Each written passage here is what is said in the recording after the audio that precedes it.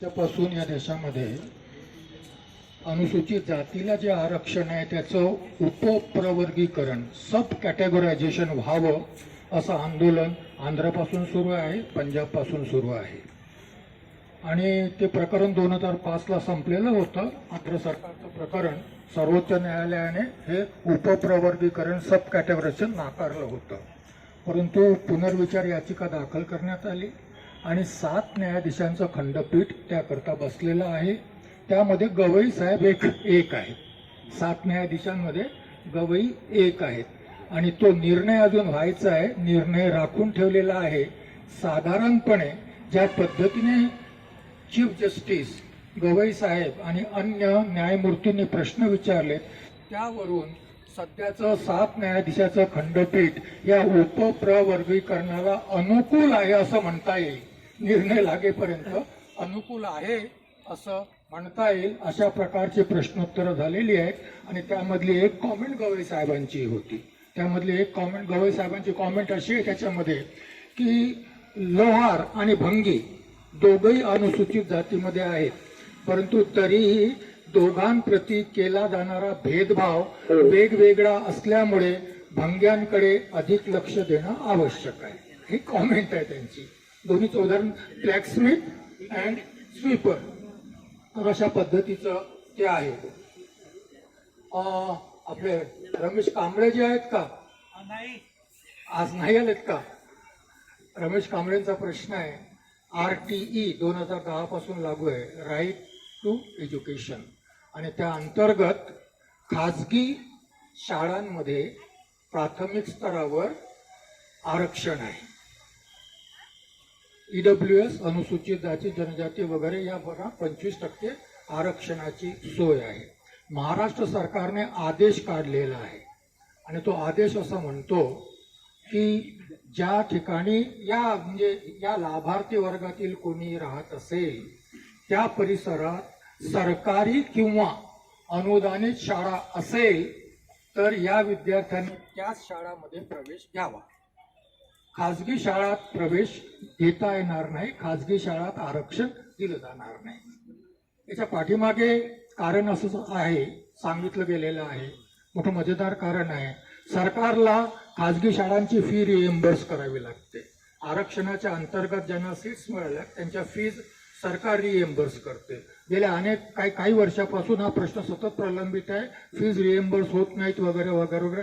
सरकारने हा मार्ग शोधून काढला पैसे वाचवायचा. याचा परिणाम असा होईल की खाजगी सरकारी शाळा आणि अनुदानित शाळा या मराठी माध्यमांच्या आहेत, प्रायव्हेट इन्स्टिट्यूशन्स या इंग्रजी माध्यमांच्या आहेत. आता ज्यांना आरक्षण मिळणार आहे त्यांना इंग्रजी माध्यमांच्या शाळेत प्रवेश नाकारण्यात आलेला हा नंबर 1चा प्रश्न आहे. आणि हे लिगली आहे का? कारण हा केंद्र सरकारचा कायदा आहे. केंद्र सरकारच्या कायद्यामध्ये राज्य सरकार अधिसूचना काढून अशा प्रकारचं परिवर्तन करू शकते का? हा एक प्रश्न आहे. आणि याच्यातला दुसरा प्रश्न अधिक महत्त्वाचा आहे. तो असा आहे की जर अनुदानित जर खाजगी शाळांमध्ये प्रवेश असेल तर मग सरकार अशा पद्धतीने नाही. दुसरा प्रश्न असा आहे की सरकारी आणि अनुदानित शाळांमध्ये आरक्षणाची गरजच नाही तशी प्रवेश मिळतात ना. सरकारी आणि अनुदानित शाळांमध्ये आरक्षणाची गरजच नाही तशी प्रवेश मिळतात. तर याचा अर्थ असा होतो की अप्रत्यक्षपणे सरकारने केंद्र सरकारच्या आदेशाने कायद्याने देण्यात आलेलं आरक्षण महाराष्ट्र सरकारने काढून घेतलेलं आहे प्राथमिक स्तरावरील. एक देश एक निवडणूक विषयी आपण बोललेलो लिहिलेलं आहे. आपण मोठ्या म्हणजे आपल्या धम्मघोषमधून लिहिलेलं आहे. केंद्र सरकार एक देश एक निवडणूक याविषयी कटिबद्ध आहे असं दिसतं. कमिटी बसलेली आहे. माजी राष्ट्रपती रामनाथ कोविंद यांच्या अध्यक्षतेखाली अनुकूल रिपोर्ट दिलेला आहे. आणि जेवढे कॉर्पोरेट सेक्टर्स आहेत, महत्वाचं कॉर्पोरेट सेक्टर, जेवढे मोठे उद्योजक आहेत त्या सर्व मोठ्या उद्योजकांच्या समितीने त्यांनी एकमताने प्रस्ताव पारित केलेला आहे की या देशामध्ये एक देश एक निवडणूक ही प्रक्रिया लागू करण्यात यावी. त्यांनी प्रस्ताव पारित केलेला आहे म्हणजे सपोर्ट दिलेला आहे. त्याचवेळी दुसरा प्रश्न असा उपस्थित झालेला आहे की तामिळनाडू विधानसभेने प्रस्ताव पारित करून या प्रस्तावाला विरोध केलेला आहे। एक देश एक निवडणूक आम्हाला मान्य नाही असा तामिळनाडूचा प्रस्ताव आहे। हे मी एवढ्याच करता सांगतो आहे की जर अशा प्रकारच्या गोष्टी लादण्यात आल्या तर संविधानाचं एक मूलभूत संरचना ज्याला म्हणतो त्याला म्हणतो आपण संघीय संरचना, हे फेडरल स्ट्रक्चर आहे।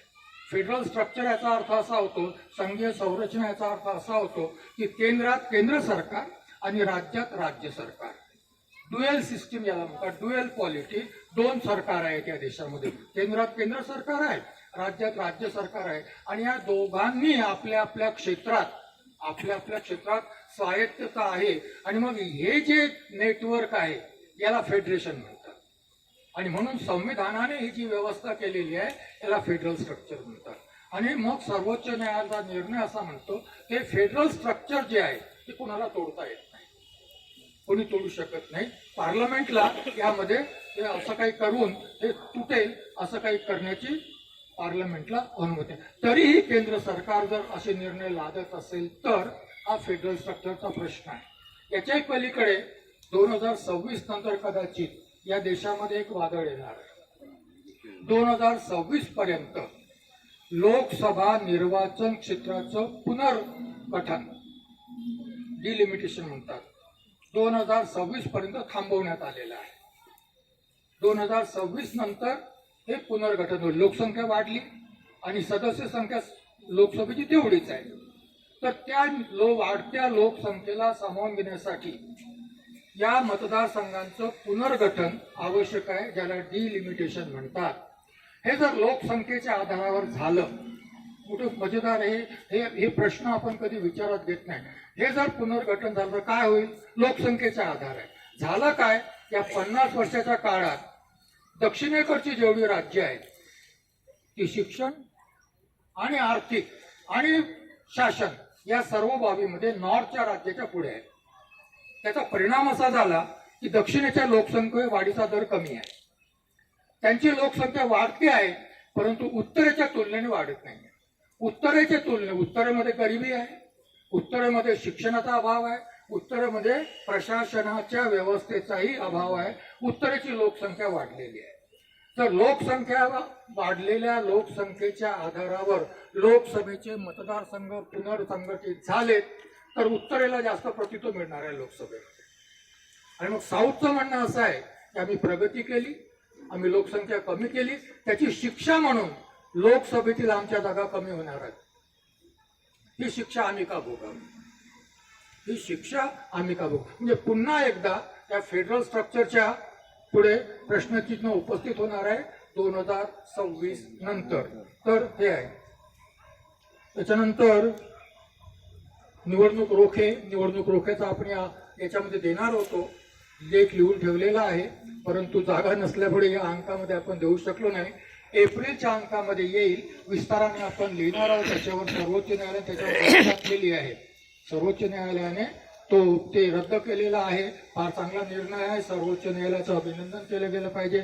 याचा सर्वात जास्त लाभ बीजेपीला झाला आहे तर निश्चितच आहे, परंतु यामध्ये दोन प्रश्न निहित होते। एक तर मतदाराला, ज्याला तो मत देतो त्याचे आर्थिक स्रोत, त्याला कोणत्या स्रोतातून निधी मिळाला हे जाणून घेण्याचा अधिकार आहे, असं सर्वोच्च न्यायालयाचं मत आहे, असं संविधान म्हणतं।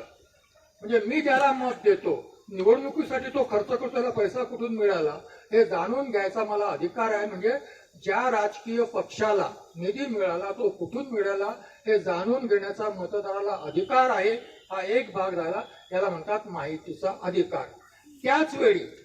त्याच वेळी एक अधिकार आहे ज्याला म्हणतात खाजगी, राईट टू प्रायव्हसी, खाजगीकरणाचा अधिकार, खाजगीपणाचा अधिकार। मी कोणाला दान द्यावं हे मी गुप्त ठेवू इच्छितो, तो माझा अधिकार आहे।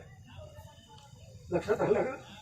मी कोणाला दान, कोणत्या पक्षाला द्यावं हे मला सांगायचं नाही आहे, तर तो माझा अधिकार आहे। हाही अधिकार सर्वोच्च न्यायालय मान्य करतं, दोन्ही अधिकार सर्वोच्च न्यायालय मान्य करतं।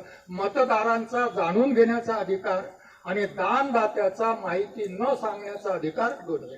हा रोखे प्रकार जो आहे, हा रोखे प्रकार कोणता उद्योग उद्योगपती किंवा कोणता उद्योग, कोणतं कॉर्पोरेट सेक्टर कोणत्या पक्षाला किती निधी देतं हे गुप्तता आहे. परंतु ही गुप्तता पार्शल आहे. सरकारला माहीत होऊ शकतं, कारण स्टेट बँकेमधून रोखे घेतले जाते. स्टेट बँकेमधून रोखे घेतल्यानंतर स्टेट बँक सरकारला जेव्हा पाहिजे तेव्हा ती माहिती मिळू शकेल, इतरांना कोणालाही माहिती मिळणार नाही. सर्वोच्च न्यायालयाचं म्हणणं असं आहे की कॉर्पोरेट सेक्टरचा पैसा याच्यामध्ये आहे, व्यक्तीचा नाही आहे. कॉर्पोरेट सेक्टरचा पैसा मोठ्या प्रमाणावर आहे आणि याला शब्द इंग्रजीमधून वापरलेला आहे त्याचा मला आठवत नाही. त्याचा अर्थ असा होतो की मी तुम्हाला लाभान्वित करतो, तुम्ही मला लाभान्वित करा. मी तुम्हाला काय देतो, तुम्ही त्याच्या बदल्यात मला काहीतरी द्या. आणि मग ही व्यवस्था या रोख्यांच्या माध्यमातून अस्तित्वात येते. उद्योग कधीही कोणाला दान देत नाही. उद्योग आणि उद्योगपती कधीही कोणाला दान देत नाही. मोबदल्यात काय मिळेल याचा विचार करतात. आणि सर्वोच्च न्यायालयाचा निर्णय असं म्हणतो की मतदाराचा जाणून घेण्याचा अधिकार हा कॉर्पोरेट सेक्टरच्या माहिती गुप्त ठेवण्याच्या अधिकारापेक्षा श्रेष्ठ आहे. त्यामुळे आम्ही रोखे पद्धती बंद करतो. बंद केली, जे दिले असतील आणि जे कॅश केले नसतील ते रोखे त्यांना परत करावे. आणि ज्या दिवसापासून ही व्यवस्था लागू झाली त्या दिवसापासून आतापर्यंत कोणत्या पक्षाला या माध्यमातून कोणत्या उद्योगाने किती पैसे दिले याचा तपशील स्टेट बँकेने निर्वाचन आयोगाला द्यावा आणि निर्वाचन आयोगाने लोकांच्या माहितीकरता जाहीर करावा, असा सर्वोच्च न्यायालयाचा निर्णय आहे. आपण कदाचित एप्रिलच्या अंकामध्ये ही सर्व माहिती आपण देऊ. मी एका दुसऱ्या प्रश्नाकडे तुमचं लक्ष वेधू इच्छितो आणि माझ्या दृष्टीने तो प्रश्न महत्वाचा आहे.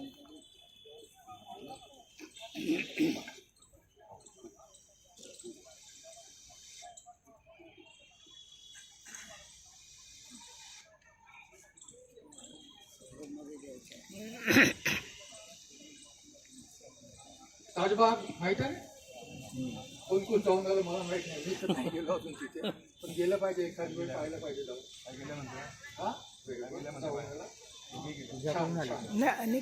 ताजबाग पाहायला काय, ताजबाग पाहण्यासारखं आहे ना, कोणी पाहत. धन्यवाद. बातमी आहे, मराठी पेपरमध्ये नाही वाचली मी, लोकसत्तेमध्ये नाही आली, महाराष्ट्र टाइम्सला मला दिसली नाही. परंतु टाइम्स ऑफ इंडियाच्या 13 तारखेची ही एवढी मोठी बातमी आहे. टाइम्स ऑफ इंडिया नॅशनल न्यूजपेपरची बातमी आहे. आणि मग मी एवढ्याकरता दाखवतो तुम्हालाही, याच्यामध्ये काय आहे त्यानंतर सांगेन. एवढ्याकरता दाखवतो की टाइम्स ऑफ इंडिया सारखा पेपर जेव्हा ही बातमी सांगतो तेव्हा राष्ट्रीय दृष्टीने ही बातमी किती महत्वाची असेल याचा उल्लेख करा. तामिळनाडूने प्रस्ताव पारित केला, त्याची बातमी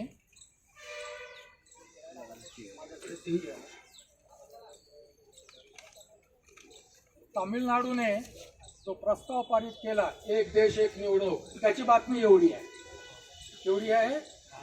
आहे. तामिळनाडूच्या विधानसभेने प्रस्ताव पारित केला, त्याची बातमी एवढी आहे. आणि ताजबागची बातमी 13 तारखेची एवढी आहे. कोणती महत्वाची आहे मीडियाला? ताजबाग महत्वाचं का? काहीतरी कारण असेल ना त्याला. वर्तमानपत्रात काहीतरी भरायचं आहे म्हणून भरायचं नसतं ना, काहीतरी कारण असेल. ही 13 तारखेची बातमी आहे. 15 तारखेला त्या ठिकाणी एक आयोजन झालं, त्याला इंडियन मायनॉरिटीज फाउंडेशन नावाची बीजेपी स्पॉन्सर संस्था आहे, सॉरी RSS स्पॉन्सर संस्था आहे, इंडियन मायनॉरिटीज फाउंडेशन. त्याच्या वतीने 15 तारखेला एक कार्यक्रम झाला आणि 15 तारखेची कार्यक्रमाची बातमी टाइम्स ऑफ इंडियाला ही एवढी आहे आणि ही एवढी आहे. 2 ठिकाणी आहे.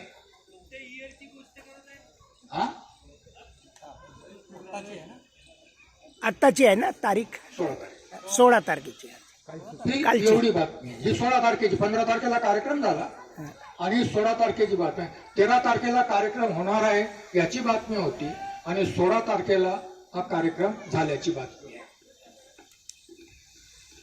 आता 13 तारखेच्या बातमीमध्ये काय आहे तेही ऐकून घ्या पहिल्यांदा, नंतर आपण विचार करू याच्यावर. 13 तारखेला मेगा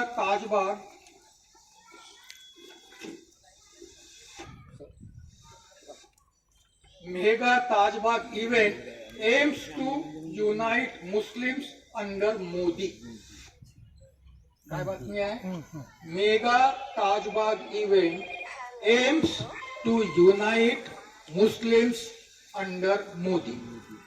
ताजबागला जे मोठं आयोजन करण्यात येत आहे त्या आयोजनाचा उद्देश मोदींच्या नेतृत्वात मुस्लिमांना संघटित करणं हा आहे. व्हेन्यू ताजबाग आहे, व्हेन्यू ताजबाग आहे आणि हेडिंग आहे बातमीचं की mega Tajbagh event aims to unite Muslims under Modi. लक्षात येतं का या बातमीचं महत्व?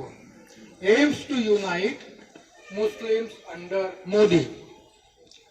Hazrat Baba Tajuddin Trust has extended invitations to heads of all Muslim religious organizations as well as intellectuals for meeting where Prime Minister Modi's message of one nation, one family would be given while wishing a third term for his organizers, for him, organizers say.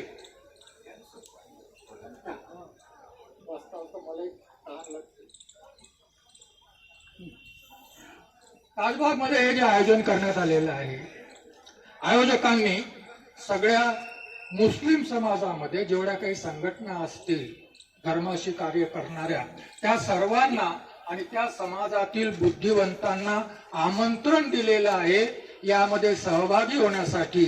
आणि मग त्या ठिकाणी नरेंद्र मोदीचा संदेश वाचला जाणार आहे, त्याच्यावर भाष्य केलं जाणार आहे. वन नेशन वन फॅमिली, एक देश एक कुटुंब, हा संदेश मोदीचा त्या ठिकाणी सांगितला जाणार आहे. आणि मोदींना प्रधानमंत्री म्हणून तिसरी टर्म मिळावी, तिसऱ्यांदा मोदी प्रधानमंत्री व्हावेत याकरता सर्व मिळून प्रार्थना करणार आहेत ताजुद्दीन बाबाकडे की मोदींना तिसरी टर्म मिळावी. लक्षात घ्या, ऐकून घेतो.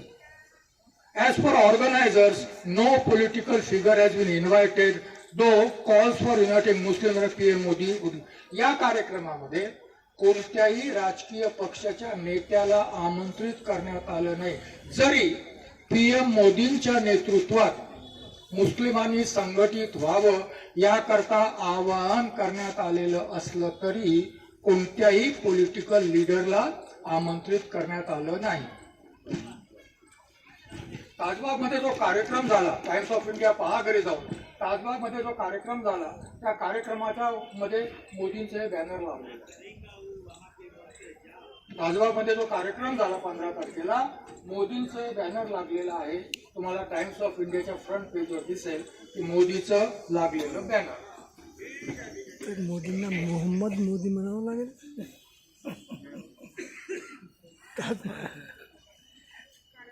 काय म्हणतात हे आयोजक? काय म्हणतात? We want to tell the world that PM Modi thinks beyond caste and religion. Nation is first for him. Modi कसा विचार करतात? मुस्लिम म्हणतात. मोदी जात आणि धर्माच्या पलीकडे विचार करतात आणि त्यांच्याकरता देश प्रथम आहे. आता हे सर्व विचार करताना 22 जानेवारीला राम राज्य अस्तित्वात आल्याची घोषणा झालेली आहे, हेही लक्षात ठेवावं. 22 जानेवारीला राम राज्याची अस्तित्वात आल्याची घोषणा झालेली आहे, हेही तुम्हाला लक्षात ठेवावं लागेल. IMF कन्व्हेनर म्हणजे या फोरमचे कन्व्हेनर आहेत, इंडियन मायनॉरिटी फाउंडेशनचे कन्व्हेनर सतनाम सिंग संधू म्हणून कोणीतरी आहेत. चान्सलर चंदीगड विद्यापीठाचे वॉज रिसेंटली नॉमिनेट, त्यांना राज्यसभेवर नॉमिनेट करण्यात आलेला आहे. असा प्रकारचा हा कार्यक्रम आहे. आता कार्यक्रम संपला. 16 तारखेची बातमी काय म्हणते ते आपण पाहू. तुम्हाला सांगितलं की मोदीचं असं बॅनर त्या ठिकाणी लागलेलं होतं. Strong political undertone could not be missed, with speakers profusely praising PM Modi's leadership. त्या ठिकाणी जेवढे वक्ते आलेले होते त्यांची भाषणं राजकीय नेतृत्व अनुपस्थित असलं तरी राजकारणाला पोषक अशी होती आणि सर्वच नेतृत्व मोदीच्या नेतृत्वाची, सर्वच उपस्थित मोदींच्या नेतृत्वाची तारीफ करत होते. Modi's picture was backdrop use, तुम्हाला सांगितलेलं आहे डायसच्या बाजूला मोदीचं पिक्चर वगैरे होतं म्हणून सांगितलेलं आहे. आणि मग मोदी करता प्रार्थना केली गेलेली आहे. The lines of PM Modi's poster reads, पोस्टरवर काय लिहिलेलं आहे? आता उर्दू कोणाला समजतं का? उर्दू नाही समजत. बर.